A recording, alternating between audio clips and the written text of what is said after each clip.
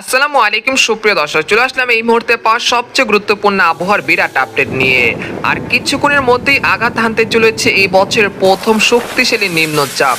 উপকূল জুড়ে ব্যাপক সতর্ক সংকেত। এছাড়া খুলনা, বরিশাল, চট্টগ্রাম, ঢাকা, দক্ষিণবঙ্গের একাধিক জেলায় আর কিছুক্ষণের মধ্যে ভারী থেকে অতি ভারী বৃষ্টিপাত, সেই সাথে ঘন্টায় 40 থেকে 50 কিলোমিটার বেগে দমকা ও ঝড়ো হওয়ার সতর্কতা জারি করেছে বাংলাদেশ এবং ভারতীয় আবহাওয়া দপ্তর। এছাড়া আজ 29শে মে বৃহস্পতিবার এবং আগামীকাল 30শে মে শুক্রবার কেমন থাকতে চলেছে আগামী 24 থেকে 48 ঘন্টা আবহাওয়া। বাংলাদেশ থেকে শুরু করে ভারতের দক্ষিণবঙ্গ, আসাম, মেঘালয় এবং উত্তর থেকে ত্রিপুরা রাজ্যে আগামী 24 থেকে 48 ঘন্টার মধ্যে এই নিম্নচাপের প্রভাবে কোন কোন জেলাগুলোতে ভারী থেকে অতি ভারী বৃষ্টিপাত এবং কোন কোন জেলার উপর দিয়ে ঘন্টায় 80 থেকে 90 কিলোমিটার বেগে ঝড় বয়ে যেতে পারে।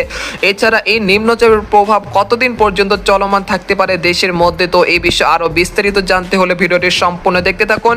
আর আপনি এই মুহূর্তে কোন জেলা থেকে আমাদের এই খবরটি দেখছেন, আপনার জেলার আবহাওয়ার খবরটি আমাদের কমেন্ট বক্সে জানিয়ে দিবেন। আর সবার আগে সর্বপ্রথম সঠিক খবর জানতে আমাদের চ্যানেলটিকে সাবস্ক্রাইব করে রাখুন। এবার জেনে নেওয়া যাক এক নজরে।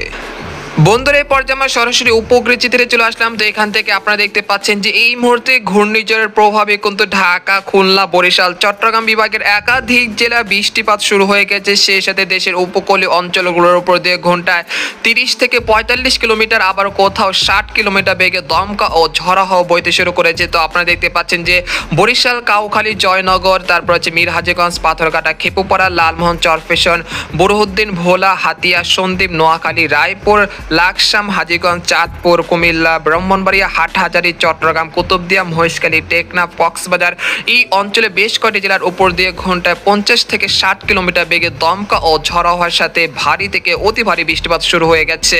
আবহাওয়া দপ্তর সতর্কবার্তায় বলা হয়েছে আগামী 24 ঘন্টার মধ্যে ঢাকা, খুলনা, বরিশাল, চট্টগ্রাম, ময়মনসিংহ, সিলেট বিভাগ এবং রংপুর বিভাগের একাধিক জেলায় অতি ভারী বৃষ্টিপাতের সতর্কতা রয়েছে, যেখানে সর্বোচ্চ বৃষ্টিপাত হতে পারে 200 থেকে 300 মিলিমিটার পর্যন্ত। তাই অগ্রিম সতর্কবার্তা জানান দিচ্ছেন আবহাওয়াবিদরা। এছাড়া অতিরিক্ত ভারী বৃষ্টিপাতের কারণে কক্সবাজার, রাঙ্গামাটি, খাগড়াছড়ি, বিলাইছড়ি, রাজস্থলী এই অঞ্চলে যে পার্বত্য চট্টগ্রাম রয়েছে সেখানে কিন্তু পাহাড় ধসের মতো ঘটনা ঘটতে পারে এবং অতিরিক্ত বৃষ্টিপাতের ফলে সিলেট এবং রংপুর বিভাগে ভয়াবহ বন্যা একটি আশঙ্কা রয়েছে আগামী জুন মাসের প্রথম সপ্তাহে।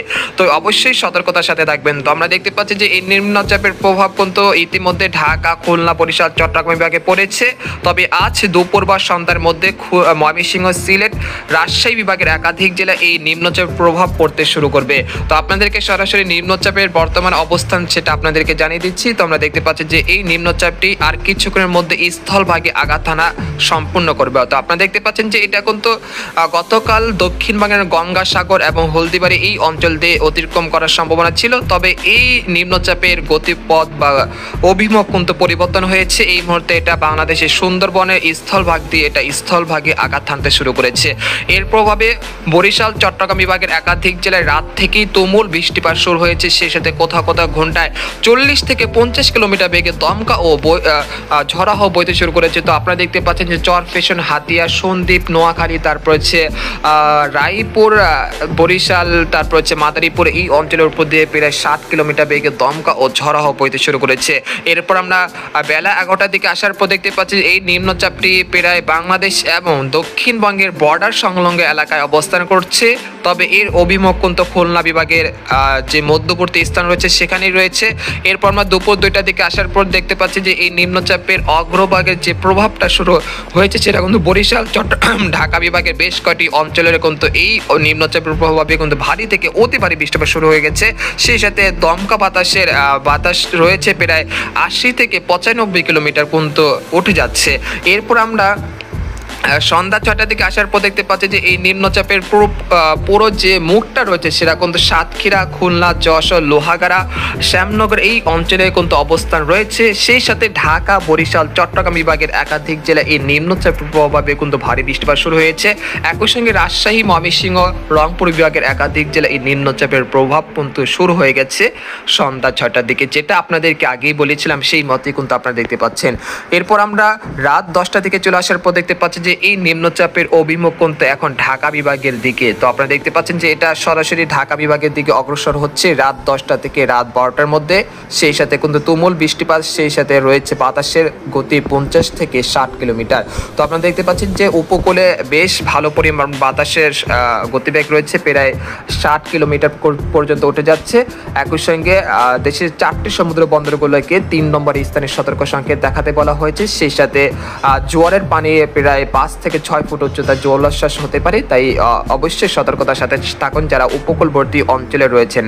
এরপর আমরা রাত 10টা থেকে রাত 2টার মধ্যে দেখতে পাচ্ছি যে এই নিম্নচাপটি বাংলাদেশের ঢাকা বিভাগের যে ফরিদপুর, তারপর হচ্ছে মাদারীপুর, নাগপুর, কাপাসিয়া এই অঞ্চলে অবস্থান করছে। এটা সরাসরি কিন্তু এই অঞ্চল দিয়ে একেবারে ময়মনসিংহ বিভাগের দিকে চলে যাবে। তো আপনারা দেখতে পাচ্ছেন যে রাত 2টা থেকে ভোর 5টার মধ্যে এটা ময়মনসিংহ বিভাগে অবস্থান করছে। এর ফলে ময়মনসিংহ সিলেট বিভাগের একাধিক জেলায় তুমুল বৃষ্টি, সেই সাথে ঘন্টায় 50 থেকে 60 কিলোমিটার বেগে দমকা ও ঝড় হাওয়া বইতে শুরু করেছে। এরপর 30শে মে সকাল 9টার দিকে এই নিম্নচাপটি ভারতের আসাম, মেঘালয়ের দিকে চলে যাচ্ছে। তারপর 30শে মে বিকেলের দিকে এই নিম্নচাপটি একেবারে শেষ হয়ে যেতে পারে, তার কোনো আর চিহ্নই থাকবে না। এরপর আমরা দেখতে পাচ্ছি যে 31শে মে থেকে যে সাধারণত বর্ষাকালে যে বৃষ্টিপাত হয় সেই রকম বৃষ্টিপাতের সম্ভাবনা সূচনা ঘটবে আগামী 31শে মে থেকে। সেই সাথে একটি সুখবর রয়েছে যে এই বছরের যে চলতি যে মৌসুমি বায়ু বা বর্ষাকাল যেটাকে বলি, সেই বর্ষাকাল কিন্তু এসে গেছে। এই নিম্নচাপের হাত ধরেই আগামী দিনগুলোতে এই রকম বর্ষাকালের মতো বৃষ্টিপাতের সম্ভাবনা রয়েছে। তবে নিম্নচাপের প্রভাব থাকবে 29 থেকে 30শে মে পর্যন্ত। তারপরে 31শে মে থেকে মৌসুমি বায়ু বা যেটা সাধারণ বর্ষাকালে বৃষ্টি হয় সেই বৃষ্টিপাত হতে পারে। তো আপনাদেরকে জানিয়ে দেব যে মূল বৃষ্টিপাত কখন শুরু হতে পারে। তো আমরা দেখতে পাচ্ছি যে নিম্নচাপ কিন্তু অগ্রসর হচ্ছে খুলনা বিভাগের দিকে, সেই সাথে খেপুপাড়া, পটুয়াখালী, বরিশাল, মতিরহাট, ফরিদগঞ্জ, তারপর হচ্ছে রায়পুর, চাঁদপুর, তারপর মাদারীপুর, তারপর শিবচর, মুকসাদপুর এই অঞ্চলগুলোতে ভারী থেকে অতি ভারী বৃষ্টিপাত শুরু হয়ে গেছে। সেই সাথে দফায় দফায় মুষলধারে বৃষ্টিপাত, একটানা মুষলধারে বৃষ্টিপাত চলছে এই জেলাগুলোতে। সেই সাথে মহেশখালী, টেকনাফ, কক্সবাজার, কুতুবদিয়া, কুমিল্লা এই অঞ্চলগুলোতে প্রায় 40 থেকে 50 মিলিমিটার পর্যন্ত বৃষ্টিপাত চলছে। এরপর দুপুর থেকে বিকেল 5টার মধ্যে দেখা যাচ্ছে যে আরেকটি ভারী বৃষ্টিপাত প্রবেশ করতে যাচ্ছে কুমিল্লা, ব্রাহ্মণবাড়িয়া, হোমনা, তারপর হচ্ছে নরসিংদী এই অঞ্চল দিয়ে। সেটা দেখতে পাচ্ছি যে সন্ধ্যা 7টার মধ্যে ঢাকা বিভাগের বেশ কয়েকটি অঞ্চলে তাণ্ডব চালাবে। তারপর আমরা দেখতে পাচ্ছি যে উত্তরে যে বৃষ্টিপাত এখনো নেই, আমরা দেখতে পাচ্ছি রংপুর, ময়মনসিংহ, সিলেট এই অঞ্চলগুলোতে এখন নিম্নচাপের প্রভাব এখনো শুরু হয়নি। তবে বিকেল 5টার দিকে এই নিম্নচাপের প্রভাব কিন্তু রংপুর, ময়মনসিংহ, সিলেট বিভাগে বৃষ্টিপাতের সম্ভাবনা থাকছে। তো আমরা দেখতে পাচ্ছি যে রাত 9টার দিকে এই নিম্নচাপটি ঢাকা বিভাগের দিকে অগ্রসর হবে। রাত 2টা 1টার দিকে আমরা দেখতে পাচ্ছি যে এটা ঢাকা রাজধানী ঢাকা বিভাগে অবস্থান করছে। এর ফলে কিন্তু রংপুর, ময়মনসিংহ, সিলেট বিভাগের একাধিক জেলা ভারী বৃষ্টিপাত চলছে। সেই সাথে ভারতের আসাম, মেঘালয় এই অঞ্চলগুলোতেও বৃষ্টিপাত চলছে। এরপর আমরা শুক্রবার সকাল 7টার দিকে চলে আসার পর দেখতে পাচ্ছি যে আসাম, মেঘালয় এই অঞ্চলগুলোতে অতি ভারী বৃষ্টিপাত রয়েছে। একই সঙ্গে বঙ্গোপসাগর বেশ উত্তাল রয়েছে।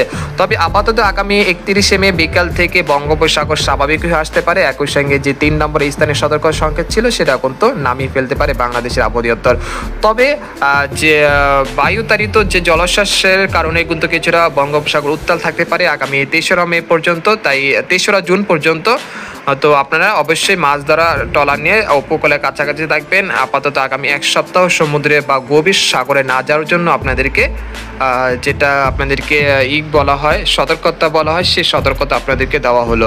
তো আপনাদেরকে জানিয়ে দেবো যে আগামী 72 ঘন্টায় সবচেয়ে বৃষ্টিপাত কোন কোন জেলাগুলোতে হতে পারে সেই জেলাগুলো আপনাদেরকে এক নজরে দেখে দিচ্ছি। তো আমরা দেখতে পাচ্ছি যে খেপুপাড়া, পটুয়াখালী, তারপর মিরহাজিগঞ্জ, লালমোহন, বুরহুদ্দিন, চরফেশন, হাতিয়া, সন্দ্বীপ, নোয়াখালী, ফেনী, এরপর লাকসাম, হাজীগঞ্জ, কুমিল্লা, ব্রাহ্মণবাড়িয়া, একই সঙ্গে রয়েছে শিবচর, মাদারীপুর, তারপর মুন্সিগঞ্জ, দোহার, ঢাকা, দোহার, কাপাসিয়া, নরসিংদী, কটিয়াদি, কিশোরগঞ্জ, একই সঙ্গে রয়েছে বালিয়াকান্দি, পাংশা, মাগুরা।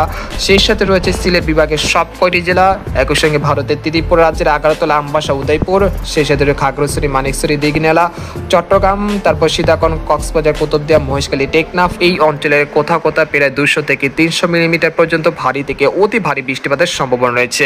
তো তবে দেখা যাচ্ছে যে নিম্নচাপটি যার অভিমুখ কিন্তু কিছুটা পরিবর্তন হওয়ার কারণে রংপুর বিভাগে যে ভয়াবহ বন্যার আশঙ্কা কথা ছিল সেই বন্যা কিন্তু আপাতত দৃষ্টিতে দেখা যাচ্ছে না। তাই রংপুর বিভাগের জন্য এই বৃষ্টিপাত কিছুটা মানে এই যে নিম্নচাপের যে পরিবর্তন, সেই নিম্নচাপের পরিবর্তনের কারণে রংপুর বিভাগে যে বন্যা পরিস্থিতির সৃষ্টি হওয়ার আশঙ্কা ছিল সেই বন্যা পরিস্থিতিতে আপাতত দৃষ্টিতে তেমন দেখা যাচ্ছে না। তাই এটা হলো একটি সুখবর। তবে সিলেট বিভাগে কিন্তু বন্যা পরিস্থিতির সৃষ্টি হওয়ার আশঙ্কা দেখা যাচ্ছে। প্রায় 200 থেকে 300 মিলিমিটার পর্যন্ত অতি ভারী বৃষ্টিপাতের কারণে সিলেট বিভাগের একাধিক জেলার নদ নদীর পানি বৃদ্ধি পেতে পারে। তাই অবশ্যই সিলেট বিভাগের জন্য বন্যার জন্য সতর্ক সংকেত আসতে পারে। তো এছাড়া দেখতে পাচ্ছি যে দক্ষিণবঙ্গের কলকাতা, খড়গপুর, বর্ধমান, চরফেশন, শান্তিপুর, কাটোয়া, তারপর হচ্ছে উত্তর দক্ষিণ 24 পরগনা বেশ কয়েকটি জেলাতে প্রায় 60 মিলিমিটার পর্যন্ত ভারী বৃষ্টিপাতের সম্ভাবনা রয়েছে। তো এই ছিল খবর। তো আজকের মতো এখানে বিদায় নিলাম। সবাই ভালো থাকবেন, সুস্থ থাকবেন। আল্লাহ হাফেজ।